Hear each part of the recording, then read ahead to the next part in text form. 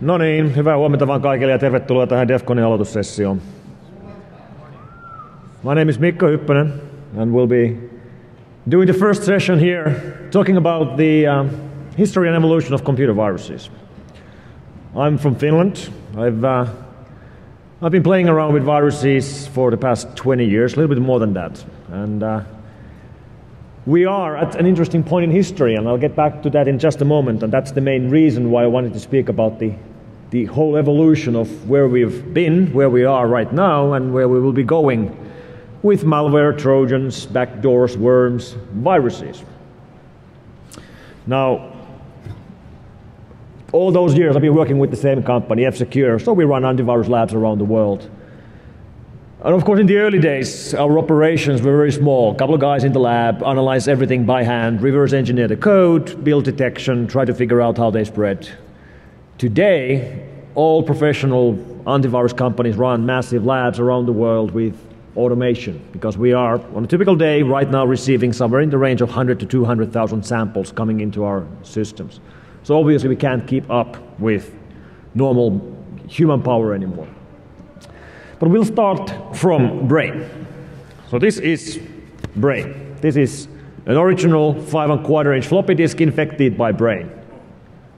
And those of you who've seen my TED talk, which came out around 3 weeks ago, you'll see the first 5 minutes maybe, some stuff you've seen before, but then we'll get into more interesting stuff. Because in my TED talk I was also speaking about this. Last year, around November, we were cleaning our labs, and from one of the cupboards we found this box, which were full of 5¼ floppy disks. And that box had basically the first 100 PC viruses in it, including this, Brain.A. And Brain.A is considered to be, and it's known to be, the first PC virus in history. That's the first PC virus. We've seen before 1986, for example, some Apple II viruses and stuff like that. But this is actually important because we are still fighting PC viruses today, right? So I did the math. 1986, 2011, that's 25. It's going to be 25 years. And we had a meeting in the lab that, okay, what should we do about this? It's going to be 25 years since the first PC virus. And our media team thought that we should have some sort of social media campaign to raise awareness of computer security. And I thought that that's boring. What about if I try to go and find the guys who wrote Brain 25 years ago? And if I find them, I'll speak with them and I'll ask them, like, you know, why did you do it? And what were you thinking? And what do you think about what you started 25 years ago? And actually doing that, like trying to find virus authors 25 years later, typically would be impossible. In case of Brain, it actually isn't, and I'll show you. I have the only Windows laptop in the world which actually has a floppy drive. So here we go. And here's the actual boot code of a floppy infected by Brain.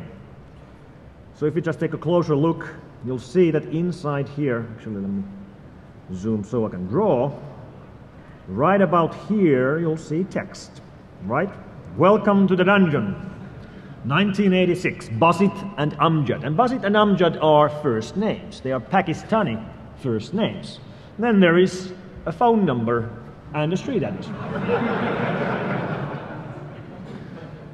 So in February, I went to Pakistan. This is from the west side of the city of Lahore, which is like 200 miles south from Abbottabad, which is where Bin Laden was caught. Didn't see him. I did see one funny guy with a long beard, but I don't think it was him. And this is from the road leading to this building, which is 730 Nissan Block, Allama Iqbal Town. And that's the address listed inside the Brain code. So I knocked on the door. You want to guess who answered the door? Basit and Amjad. They are still there. So here, Basit standing up, Amjad, his brother, sitting down. Nowadays these guys run an internet telco operator for the city of Lahore. The company is called Brain Telecommunications. So we had a very interesting chat about, okay, like, why did you do it and what were you thinking? And Their explanation was that it was a proof of concept. These guys had a background in Unix world. They had been running different mainframe systems in the early 1980s when they were like in their late teens, early 20s. And then PC-DOS came around, 1985, and they hated it. They thought that it isn't as secure, and obviously it wasn't. And they decided to prove it by writing a virus, and that's what they did. And of course, they had no idea that the virus will go around the world, infect computers in more than 100 countries around the world, but that's what it did. They also started getting phone calls from around the world from people who got infected by the virus and all that. They really weren't expecting that to happen, but of course, it went global, became a global problem.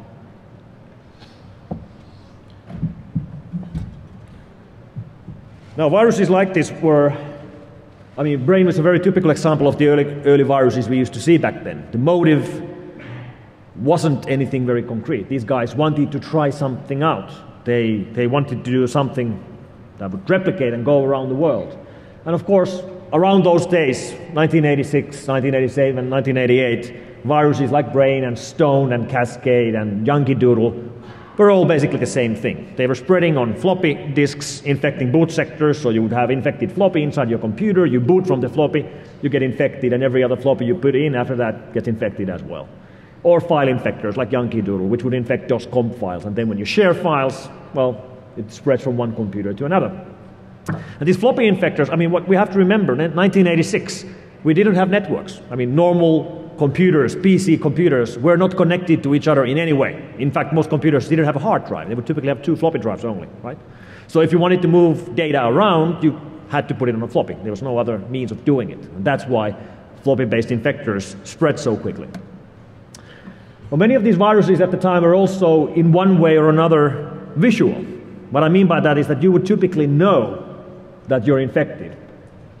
And one good example of that is the Omega virus. And Omega virus is actually,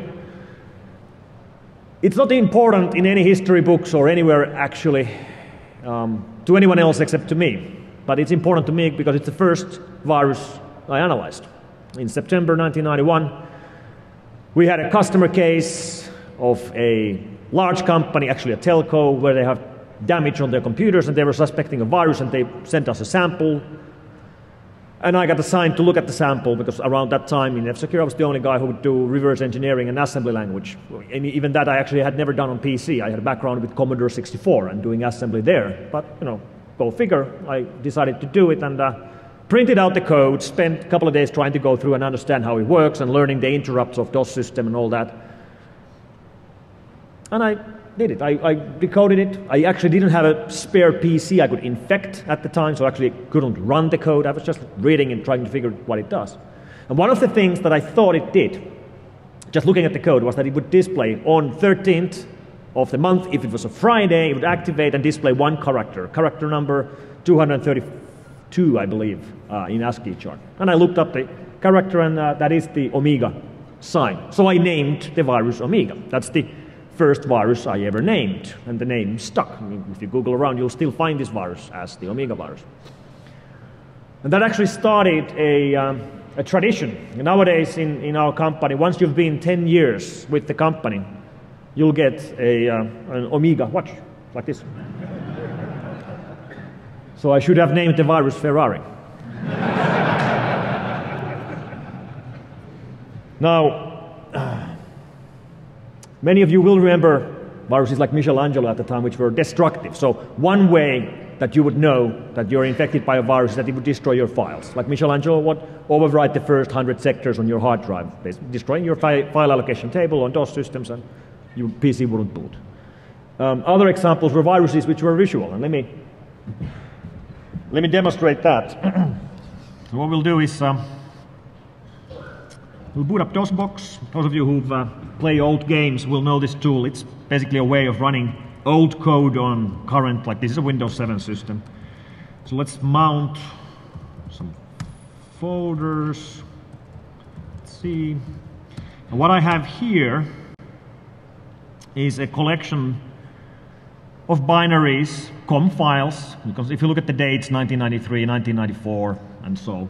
And these are all examples of virus code, which at the time I modified slightly to remove all the destructive parts and replication parts. And what we're left with is basically the activation code. So for example, the vSign virus, which would infect your boot sectors. If I'm actually running the code right here, actually I think it's like that. Yeah, here we go. It activates by drawing a V sign on your screen. That's why they call it the vSign virus, because you get a victory sign. So what I'm running right here is actually code from 1992, which is the original virus code, but everything else has just been knocked out except the visual parts of the virus. And many of the viruses at the time would do this. They would show themselves to the user. vSign would do this once a month. Once a month, when you boot up your PC, it would draw this vSign on your screen. And we have plenty of these examples in here. For example, the Walker virus. Guess why it's called the Walker?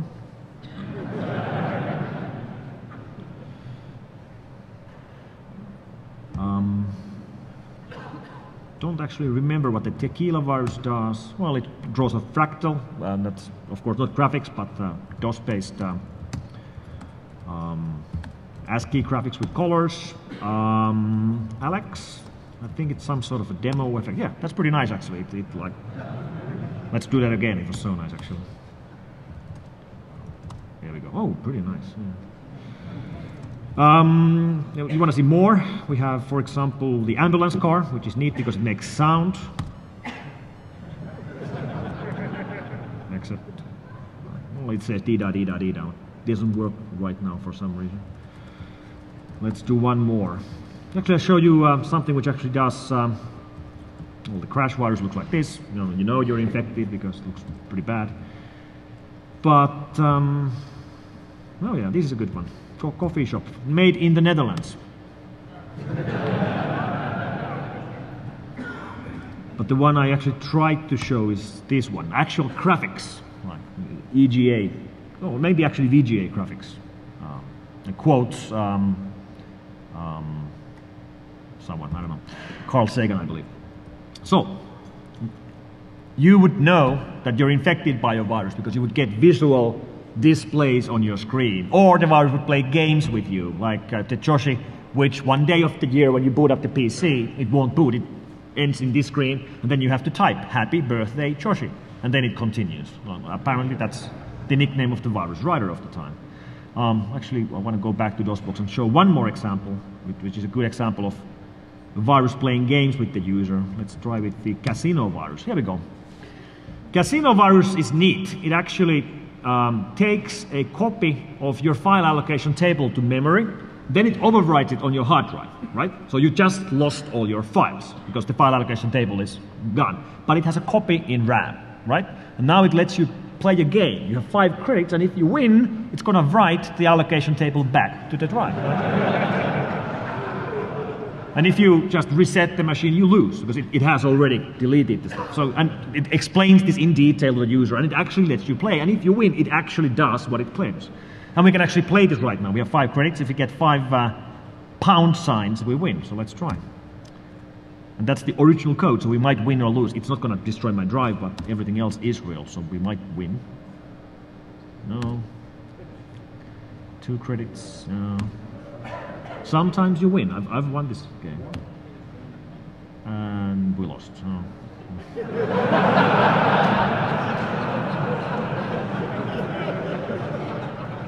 So that's what I mean by viruses which play games with the user, or at the very least make themselves known to the user. And this is an important difference to today's malware. Today, when you get infected by malware, you will not know that you're infected. You will not see funny images, your PC will not play music, your CD-ROM tray will not open and close all the time. Nothing like that. I mean, you will not know. It's running silently in the background. They won't even crash your systems nowadays. They're pretty well done. They're pretty compatible, won't slow down your system, won't take too much resources. They do testing on the virus code nowadays, so you won't actually see that you're infected like you used to see. The viruses started getting more and more advanced. Things like Mutation Engine, MTE, made by a Bulgarian virus writer who we knew at the time as Dark Avenger, which was basically not a virus, but a kit that you could use to turn any other virus into polymorphic virus, so it encrypts itself with different encryption every single time.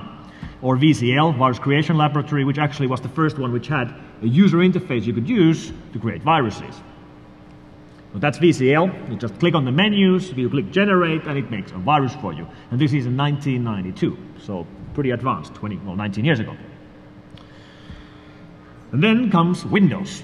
First Windows viruses were written for Windows 3.0 in 1992. Very first one was called WinVir, did nothing special. It was the first one capable of infecting the PE file structure that Windows was using at the time. Other viruses of the time, Monkey, 1/2, these are mostly encrypting boot sector viruses. And then we get Concept in 1995, which is a virus that infects not your floppies, not your binaries, but it infects your documents. Concept actually infects Word documents using the VBA, Visual Basic for Applications, scripting language inside Office at the time. And that's actually a big deal, because if you think about what you do with your computers every single day, most computer users spend their days handling documents, creating and reading files, Excel sheets, Word documents, PowerPoint slides, what have you. And if sharing those shares a virus, that's a big deal. And Concept became the most common virus in the world within the first 30 days since we found it. LaRue was a close follower. LaRue did not infect Word files, it infected Excel spreadsheet files. In fact, we later found a variant of LaRue which would not just infect your Excel spreadsheets, but it would also randomly round your random numbers inside your spreadsheets by 0.01% up or down once a day. So it would slowly corrupt the numbers you're working with. And that's a pretty nasty attack, because you will not notice the problem until it's been happening for quite a while, which means the data you're working with is bad, your backups are bad. I mean, there's no easy way to recover, there's no easy way to figure what it has changed and when. That's a big deal. Windows viruses were also, the early Windows viruses were often visual. I mean, they would show themselves. This is the Boza virus written by a virus writing group from Australia, calling themselves Vlad. That's the name of the group, that's the nicknames of the guys in the group. So viruses were still very much being done by hobbyists, for fame, for challenge, just because they could. Another example is the Marburg virus from 1998, which would change your Windows desktop to look like this, so you would know you're infected. This was still the norm in the late 1990s. More Windows viruses, Remote Explorer, Happy 99, and this one is actually important because Happy 99 is the very first email worm. We're talking about late 1998. This was an email worm which claimed to be a greeting card wishing Happy New Year 1999. And it would actually show you fireworks on your screen. And while it's doing that, it would take your address book and email itself as an email which looks like you sent it to everybody listed in your address book. And the email contents were Happy New Year 1999, and there's an attachment called happy99.exe in it. And of course your friends would believe you sent it, because it looks like you sent it, and they would open up the attachment and they thought that that's what it's supposed to do. And it would replicate and replicate and replicate. And these kind of email worms quickly became the biggest problem we have. And one thing which feels funny now is that you could actually do that. I mean, you could just take a binary, like an executable, and email it to someone else, anywhere else in the world, and they would get it, no problem. And they could run it, no problem. Obviously, you can't do that anymore. Filters would kill any, I mean, if I tried emailing an exe Windows binary to every single one of you, I don't think any of you would actually get it. I mean, my operator, or your firewall, or whatever, would kill off an executable attachment nowadays. But that wasn't the case back then. So more Windows viruses at the time.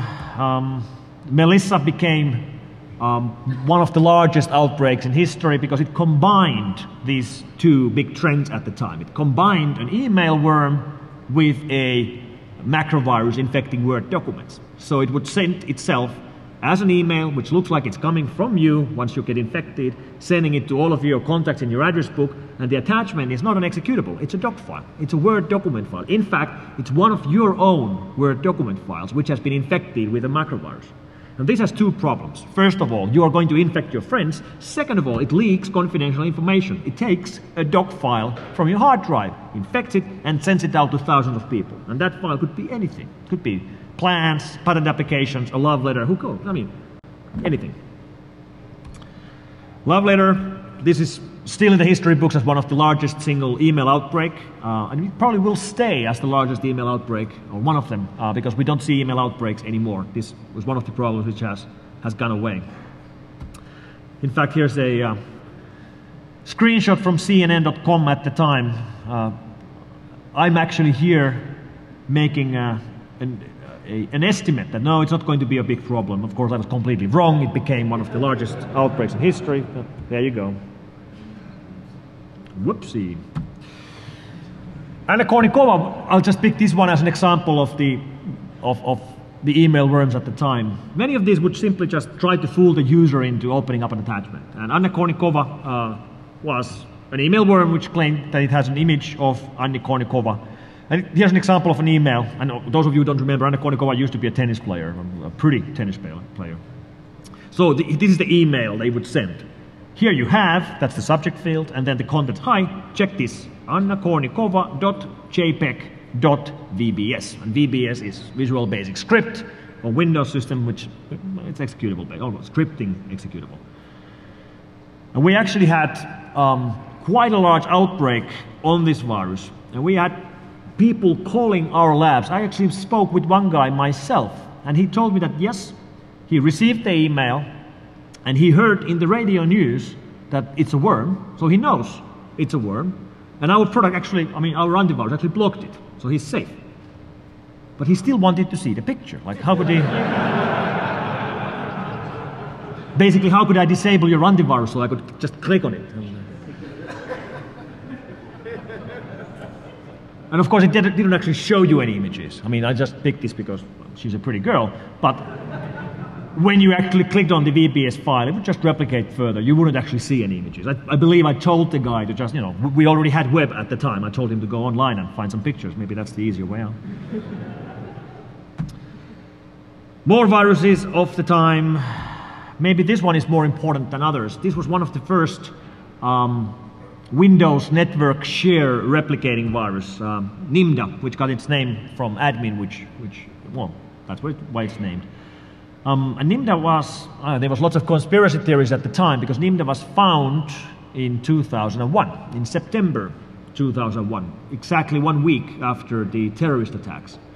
And there were lots of conspiracy theories that this was somehow related, but it never actually proved anything either way. Nowadays, looking back, I don't think it was related in any way, but everybody was pretty paranoid at the time. More viruses, and now these are all Windows email replicating viruses. Sven is a good example on the kind of social engineering tricks they were using. Here's an email sent by Sven, and it looks like it's an email coming from Microsoft. So sender is MS Technical Assistance. It explains that there's new patches, and this is in 2003, so we didn't have Microsoft updates yet. You didn't have automatic updates. If you wanted to patch your system, you had to download a patch file, an executable file, and run it. So this used that trick to its benefit. Looks fairly convincing. Looks like a real Microsoft email, and there's a file. You can see it there in the top, q-something.exe attached into it. That is the naming convention Microsoft used at the time for patches.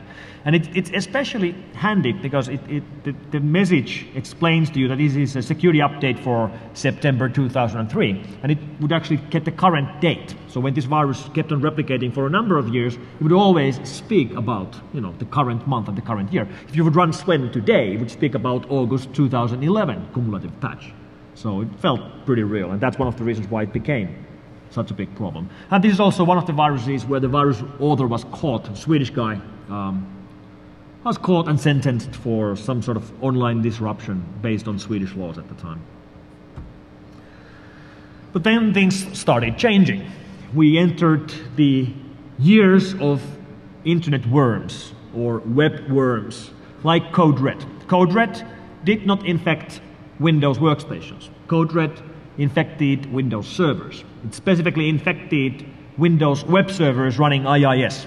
Using a remote exploit, it would infect those servers and immediately continue replicating from that infected server. It would just scan IP ranges, trying to find more servers, and then using the remote exploit, infect them. You can actually see how quickly such a replication mechanism goes worldwide. This is basically the first 24 hours in the replication of Code Red. And it started getting copycats of various kinds, including Slapper and Slammer and Blaster and Sasser. Most of these targeting Windows workstations using remote exploits in LSASS or in RPC or some other network visible resources of Windows. And we have to remember 2004, most Windows users were not running a firewall. I mean, if they were online, even if they were inside a company, most likely they had open ports all the way to the internet, which now feels pretty weird, but that's the situation at the time. So you had port 139 or port 445 TCP open to anybody could connect to it from anywhere in the world, and if there were remote exploits, they could exploit them, and they did. And that's how, for example, Sasser spread.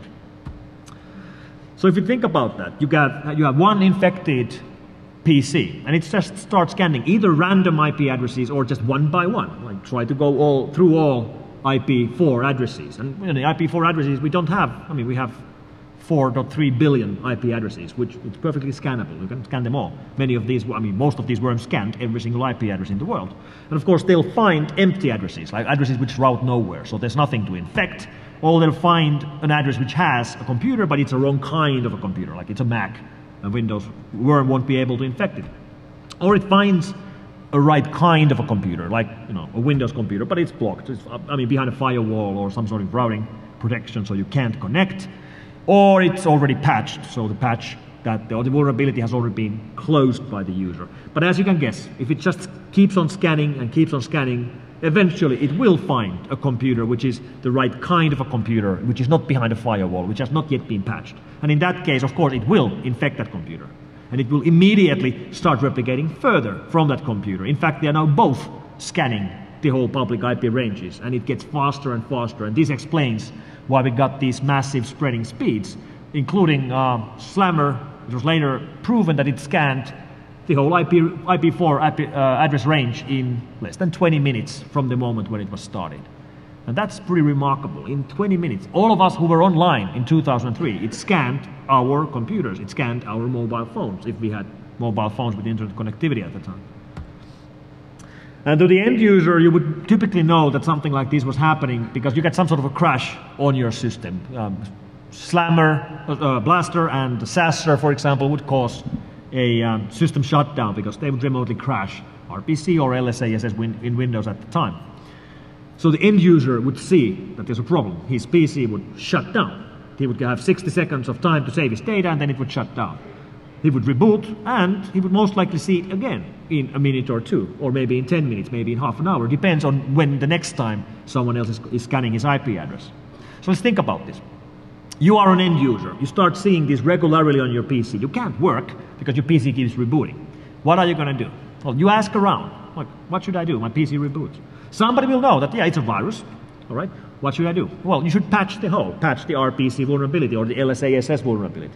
All right? How do I patch it? Well, you go to Microsoft.com and you find the patch, you download it, you run it. Okay? Let's do that. We have here Microsoft download pages from 2003. That's the actual patch for the RPC vulnerability MS03039. Click download. Excellent. We get an executable file. Let's download it on our desktop. Here we go, and now we're downloading it. Excellent. And of course, this takes a while, which means it's more than likely that you'll actually get, while you're downloading it, you get the same error message. And now you have two counters on your screen at the same time. You have the countdown from 60 seconds to 0 of reboot, and you have the download counter, like how many percentages of the actual patch you've downloaded. So you're basically running a game or a race, like who's going to be first. And this game was being run on thousands and thousands of computers around the world. And of course, most of the users lost again. They didn't get the patch before it rebooted again. Very, very frustrating. And these are the kinds of problems that led Microsoft to change their the way they look into security. 2003, they did the big overhaul, code review of Windows base code, and started taking security seriously. This resulted first in Service Pack 2 for Windows XP, later into what we have today, for example, in 64-bit Windows 7, which actually has a decent security model. So this was the basic reason why security in Windows world regarding problems like these were finally taken seriously. And the problems we saw at the time were serious. Here's the packet loss chart of the whole internet. during the hours when the slammer worm started spreading. Typical packet loss globally, 1 to 2%, then suddenly jumps to 20, 30%. Massive problems. So we started getting denial of service problems on systems which weren't infected themselves, but they were in the same networks with infected systems, and the packet generation that they saw was so massive that we started seeing problems with critical infrastructure. So in 2003, I wrote down some of the things we saw thanks to Slammer and Blaster and Sasser. We had air traffic control problems. We had ATM networks down. We had 911 services down. We had infected nuclear plants in USA in 2003 because of Sasser. Flight problems, government systems infected, Heathrow Airport check-in systems infected. A couple of screenshots I took at the time. Air Canada couldn't operate because they were infected by Sasser, I believe. In fact, here's a picture from their check-in. Anybody spot the blue screen? Right there. And it wasn't just computers. I mean, normal computers at the time. For example, the automation gear started getting affected. Here's a screenshot from CSX that I took in August 2003. Those of you who don't know CSX, it's one of the largest railroad operators here in USA. If you look, what they announced is that they had an in-house infection which resulted in a slowdown of major applications, including dispatching and signal systems. As a result, passenger and freight train traffic was halted immediately, including the morning commuter train service in the metropolitan Washington, D.C. area. So, trains around the capital of the United States of America stopped in the middle of the day, in the middle of their tracks, because of a computer virus. This actually happened in 2003. And things like these were the wake-up call. And then, of course, we had infections in things like these. We had a large case of infected forest tractors because they run Windows, and they got infected because they had GPRS connections. They were actually sending embedded geeks in tractors in the middle of the forest to find, because they wouldn't boot up. They couldn't operate these once they got infected. And they were like typically far away in forests, and you had to somehow rescue them from there. And then we had cases like these. This is a screenshot from a Swedish Aftonbladet magazine explaining that this hospital in Västra Götaland had in-house infection with 5,000 computers infected, which is bad. But what's even worse is that also these got infected. They're X-ray systems, which were running Windows. And they actually had patients put into ambulance cars and driven to other hospitals to be taken care of because they had infections in their hospital systems at the time. But something even more important was about to happen. 2003, a virus called Fizzer, which I claim nobody here remembers. And I also claim it's one of the most important viruses in history.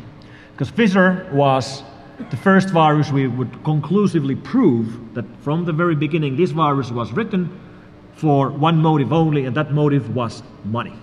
So before 2003, everything we saw was written for fun, for challenge, for lulz, for kicks, right? Nobody tried to make money with viruses until Fizzer. And the way Fizzer tried to make money is by sending spam. So it would infect computers, build a proxy network out of them so you could reroute proxy or email traffic through them, and that service was then sold to spammers. And this is something we still see today. Email spam still exists, and it's still being sent through infected home computers. And obviously there's money to be made out of this. Very quickly, many of the hobbyist virus writers of the time realized that they could actually use their skills to make money by cooperating with spammers, by starting to steal passwords with keyloggers, starting to steal credit card details when people from infected computers were doing online purchases and typing in their usernames and passwords. And very quickly, we also started seeing the shift, geographical shift on where viruses were coming from. In the good old days, before viruses turned into money-making machines, they were mostly done in developed Western nations like Europe, USA, Canada, Japan, Australia. Today, the biggest hotspots are Russia, Ukraine, Kazakhstan, Romania, Moldova, China, obviously, and South America, especially Brazil, which is the biggest source of banking Trojans, which steal money during online banking. And the virus writers themselves changed. We had completely new kinds of online criminals getting onto the net and doing these. Here's examples of caught virus writers from the 1990s, including on the top right corner, Mr. Channing Hao, who wrote the CIH, aka the Chernobyl virus. And then here's some caught virus writers after 2003. You see any difference? So they became much more organized, much more professional. The guy at the bottom left, Mr. Tariq Al-Daour, was actually using keyloggers to steal credit card numbers, and they were then laundering money from those credit card numbers by putting them into online poker games and losing money on purpose from the credit card numbers to accounts that they controlled, and then they would move them back to the real world. And what they did is that they laundered close to 2 million euros, and that money was then used to purchase gear like hiking boots, tents, sleeping bags, knives, GPS navigators, plane tickets, and all this was shipped to Iraq, to the insurgents fighting over there. So what we have here, for example, is a link between online crime, viruses, trojans, backdoors, and funding the insurgents in Iraq. So some of the viruses that then started to make headlines, money-making viruses, Sobic, Witty, MyDoom, Bagel, these were spam-generating viruses mostly. And then open source bots, like SDBot, which actually the source code of SDBot is licensed under GNU public license, and we've seen tens of thousands of variants of this throughout the years. We probably still see versions of SDBot being made today, like 8 years later. And other typical bots or botnet creating bots at the time. So you would have a number of infected machines, and they could all be controlled centrally, creating a botnet which could be used not just to send spam, but also do banking Trojan attacks and credit card theft and stuff like that. And then we got Sony. Now, Sony gets a lot of hate, and they get it for a good reason. They've been doing bad stuff for a number of years. I think it pretty much really started with the rootkit that they were shipping on One Cent and Switchfoot and Celine Dion music CDs. So if you would buy a Celine Dion music CD and listen to it on your CD player, no problem. But if you put it inside your computer, it would auto-run an installer which would install a DRM code on your system. No questions asked, no prompting, nothing. It just installs a DRM system. And then it installs a rootkit, a Windows rootkit, which hides that DRM. And in fact, it doesn't just hide the DRM, it hides any file or any folder which starts with specific characters, basically $_, I believe, or something like that. Which means, yes, you could hide a DRM, but you could hide also anything else. And viruses very quickly started naming their binaries with $_. Because if a computer which had been used to listen to Celine Dion got infected, Sony would now hide the virus. And it would hide it so well that pretty much none of the antivirus programs at the time could scan the files anymore. They would be just gone. And of course, some would claim that if you listen to Celine Dion, you deserve to get infected. But I'm not saying that. But there were interesting comments coming out of Sony at the time, especially a person called Thomas Hesse, president for Sony BMG International. He made a quote which was so cool we actually printed t-shirts out of it. Most people don't even know what a rootkit is, so why should they care about it? And that's a great quote. I mean, if they don't know what it is, I mean, most people don't even know what a brain damage is, so why should they care about it? Then we started seeing more and more rootkits, not just from Sony, but I mean from traditional virus writing gangs who wanted to hide their malicious code better. Hackstore basically was a kit which you could use to hide any other binary or processes or registry keys or open ports. Then more viruses at the time. Stormworm, many will still remember from 2007. In fact, I believe we have, yeah, here's a video clip shot in our lab showing the spread of Stormworm. We run this system which just illustrates where we blocked viruses. And if you look at the top corner, the time is ticking away. It's getting close to midnight, and pretty much around midnight, the outbreak of Storm starts. So watch carefully. The system is now normal. That's what it looks normally, right? Now it's 11 p.m. and here we go. Well, that's what an outbreak looks like. That's a decent outbreak. Globally, pretty much everywhere where you have connectivity, anywhere where you have computers, massive infections. Greenland looks great. No viruses in Greenland. So. And now it's over. I mean, it took like maybe 7 hours. That's a typical outbreak, the kind of outbreak we used to see back then. And then we had Mebroot. Mebroot, which probably for a number of years stayed as the most advanced malware we've ever seen. Now we have 2 contenders for the same title. But Mebroot, when we first found it, it was all related to this. Which movie is this?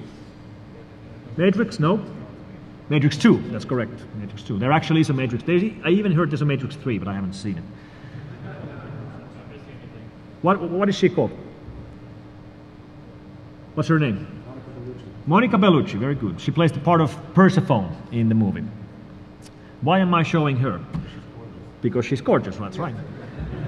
But this is the website of Monica Bellucci, monicabellucci.it in Italy. She's Italian. And this was one of the first, if not the very first website that we saw that was used to spread Mebroot. So we entered the days of drive-by downloads. You would get infected by just browsing the web. And now, today, this is the #1 way of getting infected. Email and email worms haven't been the main problem for a number of years. It's the web. You browse the web, there's an injected JavaScript line there which goes through all your plugins in your browser, including Java and QuickTime and Flash and what have you. Tries to find an old version. If you're an old version, it will pop it and you're infected. That's exactly what this page did. It was one of the first cases where we saw it happening. And what Mebroot actually did is that it installed itself to the master boot record of the infected computer, which is pretty much exactly what Brain did, except at Brain time we didn't have hard drives, so it only went to the boot sector of the floppy. This actually goes to the boot sector of your hard drive, the first master boot record. And that's pretty hard to do under Windows, but it did it. And even more remarkably, I think it's a good example of how advanced these viruses started to become is that obviously when you're running below Windows, boots before Windows boots, you run the risk of crashing Windows, but it almost never did. It was very well tested. And if it did, I mean, if something went wrong and then you actually ended up with a, with a Windows blue screen, now obviously Windows is crashed, Windows is no longer running, but Mebroot was still running. And in this case, Mebroot would make a diagnostic dump of the crashed computer and send it back to the virus writers over the internet so they could debug and figure out why it crashed. No? Remote quality assurance for malware, right? Conficker, the biggest outbreak of 2009, still remains one of the biggest mysteries we have in the history of viruses. Massive, massive infection which wasn't used to do anything at all. And then we started finding even more advanced. If Mebroot was advanced, this is pretty much the state of the art nowadays. TDSS, or aka Alureon rootkits, which are today capable of infecting a 64-bit Windows 7 in the MBR, booting all the way from the MBR, surviving the Windows boot, regardless of all the security features that were introduced in Windows 7. Pretty remarkable stuff. The amount of infected machines around the world right now with this is in the millions, and it's being used for different kind of money-making scams. It's one of the biggest problems we have at the moment. But that was still quite different from these ransom Trojans that we started seeing as well. By this time, like I explained earlier, most of the infections were invisible. You wouldn't know that you're infected. But then we started seeing Trojans like GP code, which were very visible. What GP code does is that it infects your system, then it waits for the PC to be idle, so that you're not at the computer, and then it starts encrypting your hard drive. Goes through your hard drive, encrypts everything, and then it changes the Windows wallpaper to this message where it explains that, you know, all your files have now been encrypted.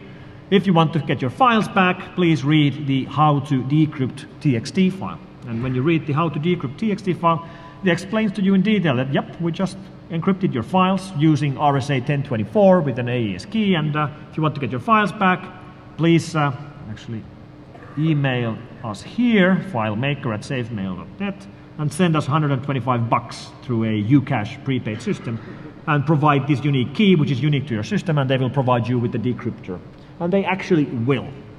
We've worked with multiple cases where affected users have sent them money and have gotten the decryptor back. And as much as I hate the idea of anybody sending any money to these clowns, I know the people have done it and they have gotten their files back. And this is a pretty nasty way of making money with malware. And it's also, I mean, typically when we would find an email address like this, which we know is being used by online criminals, we would shut it down. We haven't shut this one down. This email address still works today because we know there are users out there who need to be able to send money to criminals because they need their files back because they don't have backups. And of course, what you should have is backups. Many of these cases have actually been corporate users where not just a corporate laptop has been encrypted, but also network shares have been encrypted. And then they learn that they actually don't have good backups and they have a big problem, and they would be more than happy to pay $125 to get their files back. But all this work with malware like this did not prepare us for what we would find next, and that was Stuxnet. Stuxnet, which was found in summer of 2010, Stuxnet, which had been around, spreading in the wild already for a year. And that's actually remarkable. And that's actually embarrassing to us. I mean, us antivirus vendors and us security companies. We missed Stuxnet for a freaking year. Nobody saw it going around. And eventually, when it was found, it already had done what it wanted to do. And of course, as we know by now, Stuxnet was written by you guys, and you guys I mean the Americans, the US government. And it was a successful operation. It wanted to disrupt the Natanz nuclear enrichment plant in Iran, and it did. In fact, we believe it already did what it wanted to do in 2009. So by the time it found it in 2010, it didn't actually matter anymore. It had already done what it did. So let's look at that a little bit closer. We have obviously computers everywhere in factories, in plants. You go to any chemical plant, any power plant, any food processing plant, you look around, it's all being run by these. That's a Siemens S7400, a typical PLC programmable logic controller. And for example, the elevators in this building most likely run PLCs or maybe STUs, something along these lines. Automation, which isn't running Windows, isn't running, it's actually running, Siemens gear is running 32-bit Linux inside. Very fault-tolerant systems, and the way they are being programmed is typically from Windows workstations, and that's the route in. Stuxnet will infect pretty much any Windows computer in the world, but it won't do anything except replicate unless the computer has the Siemens Step 7 programming environment installed, and that's the environment you use to program these. And even if it finds Step 7 running on the computer, it won't do anything unless it's connected to the right kind of a PLC. It has to be Siemens S7417 or another model. If it finds the right PLC, then it will reprogram the PLC. And now it waits for somebody to disconnect the PLC from the computer and take it to a factory floor. And it still won't do anything unless it's connected exactly the right kind of gear. And it's looking specifically these. These are high-frequency power converters manufactured by a company called DEFCON. It's looking for a specific number of the right kind of high-frequency power converters. And of course, these, we believe, were the converters that were used to spin the centrifuges in the Natanz nuclear enrichment plant. So the real target becomes not just the high-frequency power converters, but the whole nuclear program, or the nuclear enrichment program. So it has been a pretty wild ride. If we look at the last 25 years, from Brain, spreading on 5¼ floppy disks, to Stuxnet, which is more than a megabyte of code, multi-million-dollar project, more than 10 man-years in the making, targeting completely undocumented, tailor-made systems, infecting PLCs, which has never been done before. It's been amazing change what we've seen. Many things have changed, at the same time many things haven't changed. For example, Brain never spread over the internet because we didn't really have internet in 1986 as we have it today. Stuxnet doesn't spread over the internet. It spreads on USB sticks. Why? Because the systems it wants to reach are not on the internet. Well, obviously, nuclear systems are not online. They are separated. That's why it spreads on USB sticks. Brain was actually a rootkit. If you tried to read the infected boot sector, you wouldn't see it. It would redirect the read attempt and give you the original boot sector instead. Stuxnet has a rootkit to hide itself not just on the infected Windows computer, but also on the infected PLC. So everything has changed, and nothing has changed. And it will be interesting to see what kind of viruses we will be analyzing 25 years from now. Thank you very much.